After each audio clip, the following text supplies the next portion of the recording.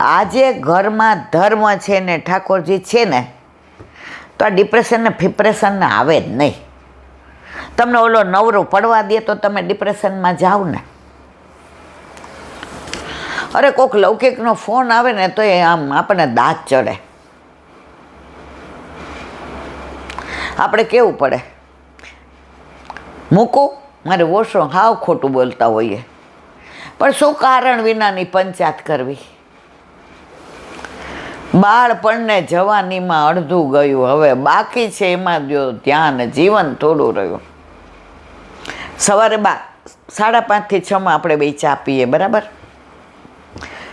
પાંદડા એવા હલતા હોય ને મજાનું. ઓલી કાબર ઘણીવાર બોલતી હોય, ઘણીવાર ઓલી દેવચકલી દોડાદોડ કરતી હોય, તો વૃંદાવન યાદ આવે, ગોકુળ યાદ આવે. હવે આ બધું મૂકીને ક્યાં પંચાયત કરવી, મારો ઓલો ફોન નથી કરતો, ઓલી મારી આમ, ઓલા એ પૂછડામ થઈ ગયા બધા. જે ભેગું આવવાનું છે ને એમાં પ્રભુમાં આસક્તિ રાખો. એમાં એકવાર આ શક્તિ હે ફિર જા નહીં શકતી. આ બધા તો આવે ને જાય, આવે ને જાય. અને સમજીને પ્રભુને પ્રેમ કરવા માંડ્યા ને. એક સમય અમારો એવો જ હતો, અમે બહુ હઠતા હતા, પણ પ્રભુ ઘરમાં પધાર્યા પછી એમની આભા, એમની ઓરા એવી ઘરમાં છવાઈ ગઈ છે કે એ બધાને અસર કરે છે. દીકરા, વહુ, પૌત્ર, પૌત્રી. દીકરો કેમ શ્રવણ જેવો છે, ઠાકોરજી ઘરમાં બિરાજે જ ને એ માને છે એટલે. વહુ કેમ લક્ષ્મી જેવી છે, એના ઘરે આઠેયામની સેવા, એટલે એ ભાવ લઈને આવી છે, એટલે અહીંયા એની ભાવની વૃદ્ધિ થાય છે. અને પૌત્ર ને પૌત્રી ગર્ભ વખતે જ દસમ સ્કંધ, શિક્ષાપત્ર, બાળ લીલા. બેટા આપણે કાળું ન પહેરતી 9 દિવસ, અરે 9 મહિના. હા મમ્મી, તારે રીંગણ ને એવું નહીં ખાવાનું 9 મહિના. હા બેટા, હા મમ્મી. છાપામાં આવું મારધાડ આવે ને એ નહીં જોતી, વાંચતી નહીં. હા, ટીવીમાં સિરિયલો આવે ને એ સારા વિચારોવાળી હોય, જોજે. પિક્ચર જોવા જાસ ને તો જેની અંદર તને આમ તારા છોકરાને અંદર કંઈક લેવાનું, નહીં તો ન જોતી. આજે એ માની મારું વહુ, તો આ 2 છોકરામાં ધાર્મિક સંસ્કાર આવ્યા. આ બધું ગર્ભના સંસ્કારથી યાદ રાખવું પડે. અને આવ્યા પછી પણ તમે બધું ગમે એવું ખાવા માંડો, ગમે એવું તમે એને પેટ ભરાવતા હો તો તમારું સ્તનનું દૂધ, તમારા વિચારો એવું એનામાં જાય. 2-3 વૈષ્ણવ મને કહેતા હતા કે તમે ઓલી ગર્ભધાનની, ગર્ભ સંસ્કારની શિબિર કરીને ઈલાબેન 1-2 વિડીયો એવા કરો ને, અમે આવીએ કે બાળક આવ્યા પછી. મેં કીધું તો તમે બધા ભેગા હો ને એટલે. તો કે ના, અત્યારે વિભક્ત કુટુંબ બહુ બની ગયા છે, અત્યારે બધાને ભેગું રહેવું નથી ગમતું. સ્વતંત્રતા બધાને મળે છે પણ સ્વચ્છંદતા જોઈએ છે. ભેગા રહે એના છોકરા અને એકલા રહેતા હોય એના છોકરા, તમે જોજો બોલવામાં, ચાલવામાં, બોડી લેંગ્વેજમાં ફેર જ પડી જશે. આજે આપણા ઘરે મહિનામાં એકાદી બસ આવે, એકાદો ટેમ્પો, કોઈ પણ આવ્યા હોય એટલે ઈલાબેન આવી, અરે આવો ને મારા વાલા, આ એ બેરે નંદન નંદન. તો જો સગુન આરાધ્ય ઉપર હોય તો આપણે કેવું જ ના પડે, બા બધાને જલ હું આપું છું, ડીશ લેવા આવી જાય હોય તો.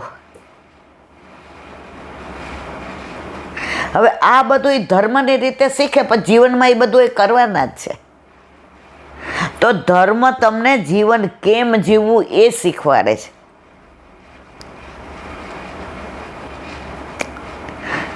પછી આ ડ્રગ્સ ને આ બધું કોણ જાણે, બોલવું જ નથી મારે. તો આપણા છોકરાને સંસ્કાર સારા બા દાદા આપી શકે ને એવા દુનિયામાં કોઈ ના આપી શકે. પેલા સંયુક્ત કુટુંબ હતા. જુદું થવું શું ખબર જ નહોતી.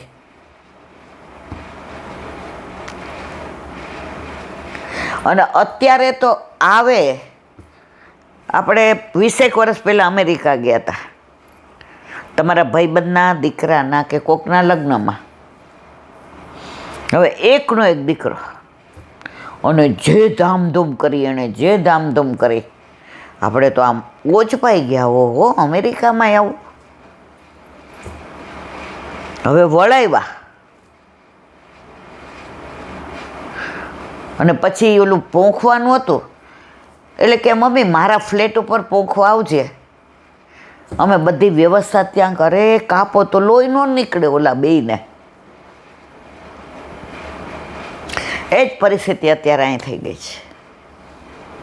અનુકરણ સારું ન કર્યું, એ લોકોએ આપણું બધું સારું લીધું અને આપણે એ લોકોનું બધું ખરાબ લીધું. જે દવા એ લોકો દરિયામાં ફેંકી દે એ બધી આપણે લઈ આવ્યા.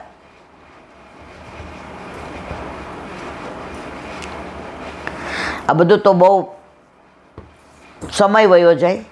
આજે હજી બહાર જવાનું છે, પણ મારે એક જ અહીંથી કહેવું છે, યુટ્યુબના માધ્યમથી યુવાન દીકરા દીકરીઓને, કે તમને તમારું છોકરું કેવું વાલું, એવું જ તમારા મા બાપને તમે વાલા હતા ને. હવે એમની ઉંમર થઈ એટલે તમને એ ગમતા નથી. વચ્ચે ના બોલો, એક બાજુ બેઠા રહ્યો. તમે એને કદાચ જમવાનું ઓછું આપશો તો ચાલશે, પણ સમાન તો એમનું ભંગ ના જ કરો. તમારા છોકરા જેવું જોશે એવું કરશે. તારા પછી મારો અને મેં પછી ગારો. કાઠિયાવાડમાં કહેવત છે, મેં એટલે વરસાદ, ગારાને શું કે અહીંયા લોકો કીચવ કાદળ. હજી સંભળી જવા જેવું છે.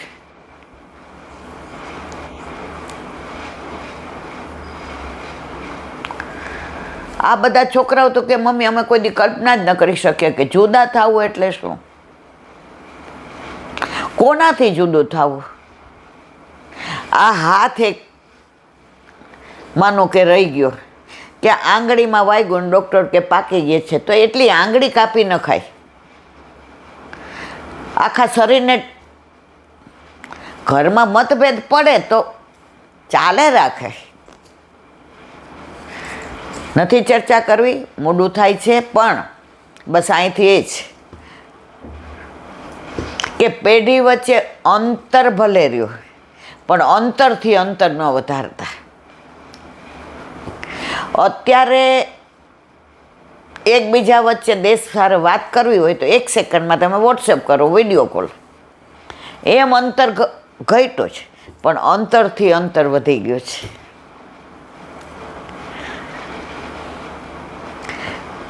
વિજ્ઞાને ઘણું બધું આપ્યું, પણ ઘણું બધું છીનવી લીધું છે. પેલી તો નવી વહુવારું ગોવે પાણી ભરવા જાય ને તો એવી હસે ને બોલે ને, હરખે હરખી સરખે સાહેલડી ટોળે મળીને પોતાના વરની વાત કરે ને પોતાના પિયરને યાદ કરે ને. તારા ગામની બાજુમાં જ, એટલે આપણે તો ગામ બેનું કહેવાય. હો, એના પિયરી આવે તો આને ઘરે જાય, એના હાથમાં પૈસા દાવે, લે તું અમારી દીકરી છો. એ પૈસાની 10 રૂપિયાની કિંમતને ઓલીને એમ થાય મારા પિયરી આવ્યા. આ પ્રેમ પેલા આવો હતો. નદીએ કપડાં ધોવાય હારે જાય, બધા એકબીજા હસતા ને બોલતા ને રહેતા ને મનની વાતો કરતી. કોઈને કાંઈ ડિપ્રેશન નહોતો હોતો, ન્યુરોલોજીસ્ટને નહોતા બતાવવા પડતા ને.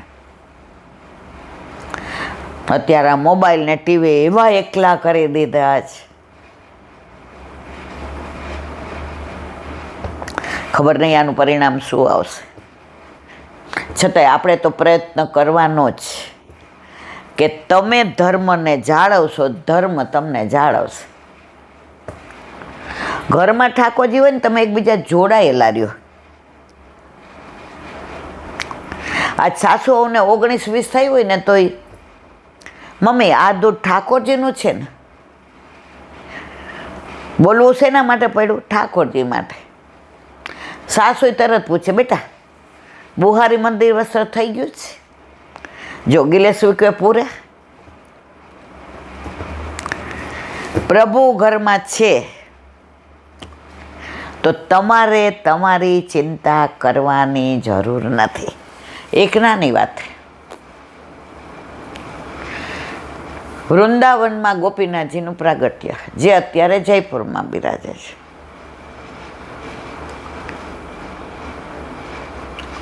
એક મધુ પંડિત નામના પંડિત હતા, બ્રાહ્મણ. ભાગવતની કથા સાંભળે, તેમાં વ્યાસપીઠથી બોલે એ કે પીળા પટકા ને તિલક ને વાંકડિયા વાળ ને બાજુબંધ ને બેરખાન પોંચીન ઓણવટ ને વિછ્યાન લર ને તોરા ને કંઠેસરી ને અલકાવલી ને શીશફૂલ ને સાવરો એવો સુંદર એ કે નજર લાગી જાય. આવું રૂપ તો કોઈ રશિયાનું જ હોય. વર્ણન સાંભળ્યું તો મધુ પંડિત તો બાજુમાં હતા, એને કે આ ક્યાં હોય? એ કે ક્યાં મળે? એ કે વ્રજમાં. એ કે કઈ બાજુથી જવાય હે વ્રજમાં? હવે ઓલા કે મેં ક્યાં જોયું છે મનમાં કે, પણ હવે આ એ કે આને કાંઈ જવાનું નથી, મારું માથું ખાઈ જ કથા નથી. એ કે આમ હાલ્યા જાઓ. એ દોયડા દોયડા દોયડા દોયડા. એ જમાનામાં કાંઈ ટ્રેન ને બસ ને કશું નહોતું, એવા દોયડા. અડધે આવ્યા, પાછું પૂછ્યું. એ કે ભાઈ વ્રજ ક્યાં? એ કે આ રસ્તે જાઓ. હવે દોડતા દોડતા ગોકુળ આવ્યા. એ કે આવો સાવરો વર્ણન કરવો એવો ક્યાં છે, ક્યાં રહે છે, એનું સરનામ ખબર છે? એટલે બધા આની ખેંચે. અમે જે ભગવાનમાં બહુ માનતા હોય ને એને બધા ખેંચતા જ હોય ને કાંઈ એમ કે બહુ ભક્તાણી થઈ ગઈ છે. એમાં જો કાંઈ એને વ્યથા આવે ને લે બહુ ભગવાન ભગવાન કરતી હતી લે. જે નથી માનતા ને એ રાજી થાય. એટલે કે અહીંયા હશે જાઓ. તો બધે સ્વરૂપ જુએ, પણ એવો બોલતો ને ચાલતો ને હસતો ન દેખાય. એ કે ના આ નહીં, વ્યાસજી કહેતા તૈયાર નથી. એ કે મથુરા જાઓ તો ત્યાંય બધા ભગવાનને બતાવે. એ કે અહીંયા. એ કે આય નહીં. એમ કરતાં કરતાં એને એક સંત મળ્યા. એ કે આવો સાવરો ક્યાં મળે હે? એ કે આ વ્રત છે ને? એ કે હા ભાઈ આ વ્રત છે. એ કે આ સાવરો અહીં રહે છે? એ કે હા. એ કે એનું સાચું સરનામું ખબર છે? આ બધા મને છે ને ખોટું ખોટું બતાવે છે. હું થાકી ગયો દોડી દો, પણ હું થાકવાનું નથી, હું એને શોધીને જ રહીશ. એકવાર સરનામું મને આપે ને હું પહોંચી જાઉં, પણ મને કોઈ સાચું સરનામું નથી આપતા. એ કે પેલા સંતે કીધું હું તને સાચું છે. યમુના કિનારે પુલિન પર પહોંચી જાય, ત્યાં સાવરો છે. એ કે આજ હું કહું હા એ જ એ સાવરો છે ને? એ કે હા. એ કે એના વાંકડિયા વાંકડિયા વાળ છે ને? કે હા.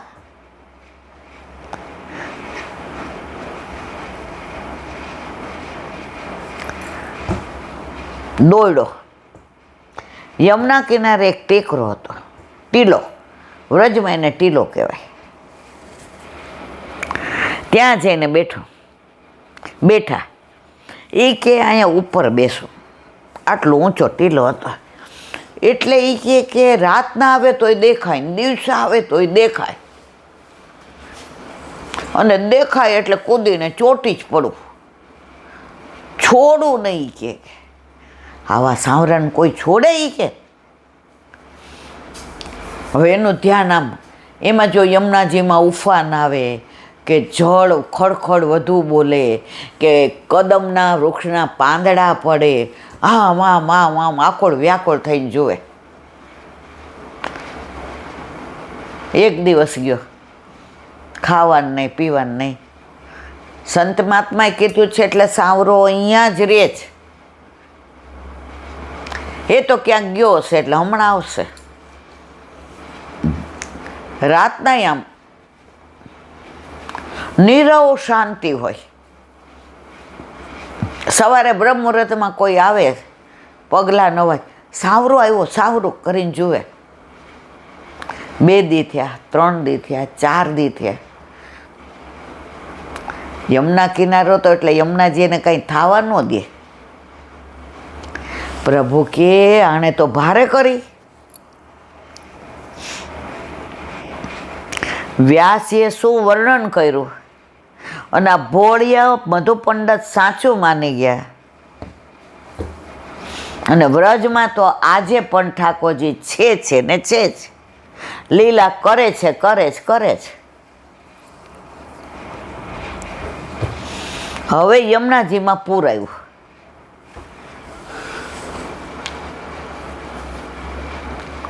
પૂર આવે એટલે આટલા ટેકરા હોય તો વહી જાય. એટલે ટેકરો ધીમે ધીમે નીચેથી રેતી ખસવા માંડી, ઓલો નીચે આવવા માંડ્યો. ઠાકોરજી કે આ તો હમણાં આની શ્રદ્ધા ખંડિત થઈ જશે. અને યમુનાજીમાંથી એક સ્વરૂપ પ્રગટ થયું. આપણે 41 પદ છે યમુનાજીના, એમાં આવે છે 11મા પદમાં, શ્રી યમને નિધિ દેનહારે. પ્રભુ યમુનાજીમાંથી જ મળે. આપણે આની અંદર જોયું તો મધુરાષ્ટકમાં પરમ દિવસે કે ભદ્રા નામની માવનની ક્ષત્રાણીને 4 સ્વરૂપ યમુનાજીમાંથી જ મળ્યા હતા.